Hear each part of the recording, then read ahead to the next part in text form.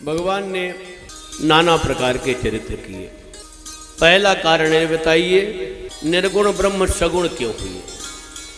यदि सगुण हुए तो राजा के पुत्र क्यों हुए? कारण है कि राजा के पुत्र क्यों हुए, बताएंगे आगे क्यों हुए। और फिर बाल चरित्र का वर्णन करिए, जो उदार है बाल चरित्र। बाल चरित्र उन कहा उदारा। उदार कैसे है?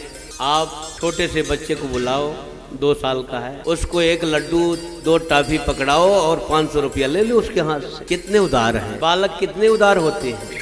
ऐसे राम जी का जो चरित्र है बालपन का, वह अत्यंत उदार है। इसीलिए शंकर भगवान बाल चरित्र का रसास्वादन करते हैं और उनके इष्ट देव भगवान बाल रूप में है। इष्ट देव बालक राम। हम लोगों के इष्ट देव कौन है? मिथिला के मेहमान हमारे इष्ट देव। तो ऐसा नहीं समझना चाहिए कि शंकर भगवान बाल रूप का ध्यान करते हैं तो वो इस रस को नहीं जानते, ऐसा नहीं है। शंकर भगवान पंच रसाचार्य हैं। श्री बोध भावन भोलेनाथ जी से ही सभी रस प्राप्त हुए हैं, जिनको भी जो प्राप्त हुआ है। लेकिन ये बात जरूर है कि मिथिला में प्रवेश करना है, रास में प्रवेश करना है तो गोपी बन करके जाते हैं। गोपेश्वर नाथ कहला गए वहाँ जा कर के। और मिथिला में प्रवेश करना है तो यहाँ भी सखी बन करके, शुभगा नाम की सखी बन करके श्री शंकर भगवान का प्रवेश मिथिला में होता है। तो वहाँ तो सखियों का प्रवेश। तो सखाओं को, सखियों को मिथिला में जो राम जी ने आनंद दिया, उस रस के उपासक हमारे सरकार पांचों रसों के आचार्य, पाशल्य रस, श्रृंगार रस, सख्य रस, दास्य रस और मधुर रस यानी श्रृंगार रस। तो ये पांचों रसों के आचार्य या तो शंकर भगवान हैं या तो इस कलकाल में हमारे सरकार पांचों रसों के पूर्ण आचार्य इस धराधाम में अवतार लेकर के आए और पांचों रसों की शिक्षा प्रदान किया। लक्ष्मी निकुंज की अष्टयामी सेवा से सिद्धि जी के सिद्धि स्वरूप की अष्टयामी सेवा, सिद्धि स्वरूप वैभव, उसमें आप देखो भगवान की अष्टयामी सेवा है। और अवध अष्टयाम, मिथिला अष्टयाम, सब सिद्धि स्वरूप वैभव में लिखा हुआ है। आप लोग पढ़ोगे तो पाओगे, उपासना में प्रवेश होगा। शंकर भगवान पांचों रसों के आचार्य हैं, विशेष रूप से बाल स्वरूप के उपासक हैं, वात्सल्य रस के सम्राट हैं।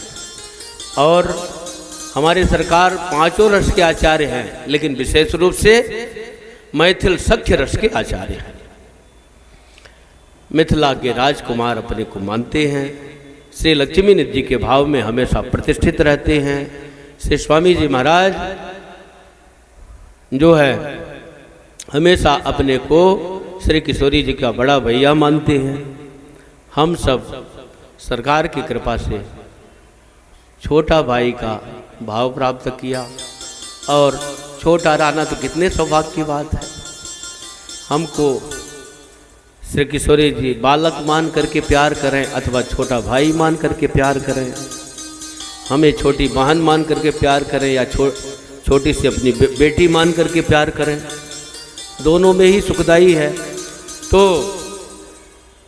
अथवा हम छोटा सा बच्चा भगवान को मान लिए, सखा मान लिए, तो मैथिल सख्य, अवध के सख्य, इस प्रकार से पांचों रसों की बातें हैं। श्रृंगार रस तो अत्यंत गहन है, कठिन है और उसमें प्रवेश बड़ा ही कठिन है। श्रृंगार रस सखी मान लेना तो ठीक है कि हम किशोरी जी की सखी हैं, दासी हैं, तो उनकी सेवा में हैं, लेकिन किशोरी जी ही बन जाना कितना कठिन है। क्योंकि कहीं भी यदि भोग की प्रवृत्ति संसार में प्रकट हुई तो हमारा वो जो श्रृंगार भाव है, चाहे पुरुष शरीर का हो चाहे स्त्री शरीर का हो, अपने आप को यदि भगवान की भार्या समझता है और भोग प्रवृत्ति कहीं जागृत हुई, चाहे स्त्री शरीर हो या पुरुष शरीर हो, भोग प्रवृत्ति जागृत हुई तो सारा रस खत्म हो गया। वहीं से आप स्वर्ग में चढ़े चढ़े नीचे गिर गए धरती में। बूम परे पर कहा था आकाश में पकड़े पकड़े भूमि में पड़ गए, कहीं के ना रहे। इसलिए वह तो बड़ा कठिन रस है, तलवार की ढाल पर चलना है। इसीलिए सरकार हमारे उस रस का दान कम करते थे। मधुर रस में प्रवेश तो कोई बड़भागी मेरा जैसी हो कि मधुर रस में प्रवेश करे। मेरा घुघुर बांध पग नाची रे, मेरे तो गिरधर को पाल दूसरो न कोई, जाके सिर मोहर मुकुट मेरो पति सोई। लेकिन मिथिला की सखियां कहती हैं, ब्याह है ये ही पुरबाई चारों हम सुमंगल गावे। चारों भाई पुर में ब्याहे जाए और हम सब सखियां मिलकर के मंगल गाएं। तो सखी बनने में, दासी बनने में, साली बनने में, बहन बनने में किशोरी जी के परमानंद है और यही बनना चाहिए। मैथिल सखा बनो, अवध सखा बनो, इसमें आनंद है। माता पिता मानो अथवा बच्चा मान लो, उसमें भी आनंद है। दास मान लो, हनुमान जी महाराज दास रस के आचार्य हैं। इस प्रकार से ये 5 रस होते हैं। मैंने शंकर भगवान के रस की बात कही, इसलिए ये सब बातें हमें करना पड़ा। और हमारा तो समाज यही चाहता है, यही तो राम कथा है। इससे बढ़कर के राम कथा और क्या हो सकती है। संपूर्ण रामचरितमानस का पाठ तो आप लोग किए न हो, और एक बार नहीं कई बार करे हो। लेकिन ये सब चीज सुनने जानने से हृदय में रस की उत्पत्ति होती है, भगवान की तरफ रुझान होता है, अपना मार्ग प्रशस्त होता है। हमें करना क्या है आगे, तो हमें यही सब आगे करना है और यही करके भगवान के पास पहुंचना है। सरकार हमारे इसीलिए अनुष्ठान करवाते थे, भाई अनुष्ठान करो। अनुष्ठान करवाते थे, फिर कहते थे भैया एकांतिक कीर्तन होता था अपने यहाँ, अब भी होता है, तो अनुष्ठान करो, इसी बहाने भजन हो जाएगा। तो अनुष्ठान करोगे तो तुमको कीर्तन में प्रवेश दे देंगे, तो कीर्तन में प्रवेश हो जाएगा। फिर मंत्र आप करोगे, अनुष्ठान करोगे तो मंत्र किए हो तो मंत्र का अर्थ समझा देंगे, तो मंत्र का अर्थ समझ जाओगे तो आपको विषयों से उपरति हो जाएगी, विषयों से वैराग्य होगा। जब विषयों से वैराग्य होगा तब संबंध देने में फायदा है, नहीं तो संबंध दे दिए इसे, इधर विषयों का रस इतना अधिक है आपके हृदय में कि उसी के विवर्धन के लिए मेरा सारा जीवन व्यतीत हो रहा है।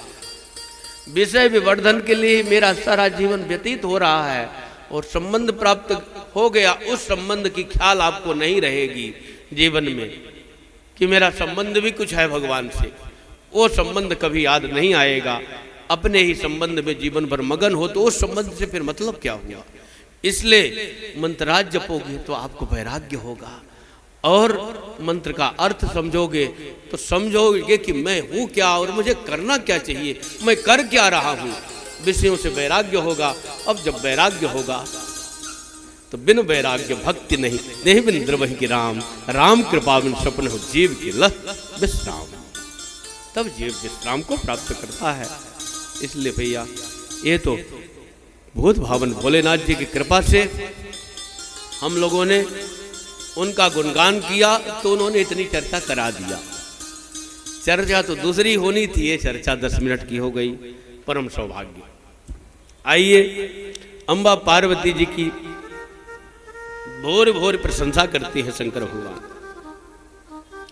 धन्य धन्य गिरिराज कुमारी,